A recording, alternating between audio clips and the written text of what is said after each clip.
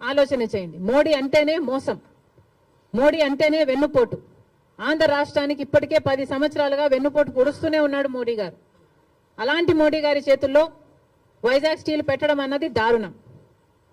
జగన్మోహన్ రెడ్డి గారు 5 సంవత్సరాలు ముఖ్యమంత్రిగా ఉండి కూడా రాజశేఖర రెడ్డి గారికి అంత ఇష్టమైన ప్రాజెక్ట్ అది అని తెలిసి కూడా రాజశేఖర రెడ్డి గారు వైజాగ్ స్టీల్స్ కోసం, క్యాప్టివ్ మైన్ కోసం ప్రయత్నించడమే కాకుండా, ఆర్థికంగా ఆదుకోవడమే కాకుండా, రాజశేఖర రెడ్డి గారు అంతా వైజాగ్ స్టీల్ కోసం చేస్తే ముఖ్యమంత్రిగా ఉండి కూడా జగన్మోహన్ రెడ్డి గారు ఒక్క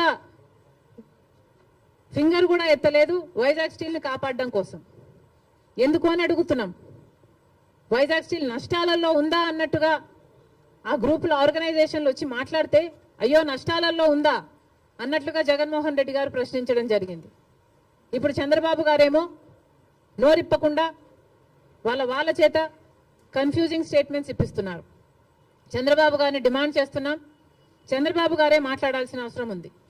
చంద్రబాబు గారే ఢిల్లీలో మీడియా కాన్ఫరెన్స్ పెట్టి ఢిల్లీ పెద్దలు కూటమి అందరూ కలిసి వైజాగ్ స్టీల్ ప్రైవేటైజ్ చేయబోము అన్న కాన్ఫిడెన్స్ అన్న మాట ఆంధ్ర రాష్ట్ర ప్రజలకు చంద్రబాబు గారు చెప్పాల్సిన అవసరం ఉంది.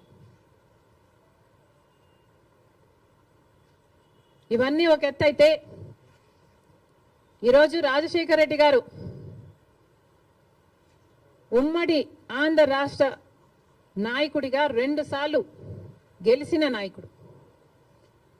అలాంటి నాయకుడికి రాజకీయాలు ఆపాదిస్తూ, గెలుపు ఓటములను ఆపాదిస్తూ ఈరోజు రాజశేఖర రెడ్డి గారి విగ్రహాలను ధ్వంసం చేస్తున్నారు టీడీపీ గూండాలు.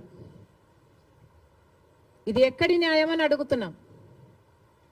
రాజశేఖర రెడ్డి గారు మన రాష్ట్రం కోసం ఎన్నో అద్భుతమైన పథకాలు చేయడం నిజం కాదా?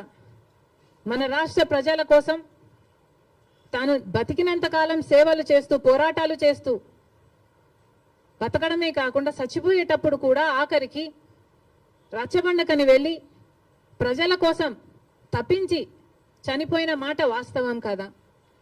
మరి అలాంటప్పుడు అంత పెద్ద మనిషి, అంత మంచి మనిషి అయిన రాజశేఖర రెడ్డి గారి విగ్రహాల జోలికి తెలుగుదేశం పార్టీ వాళ్ళు ఎందుకు వెళ్తున్నారో చంద్రబాబు గారు, వాళ్ళ నాయకులు సమాధానం చెప్పాలి.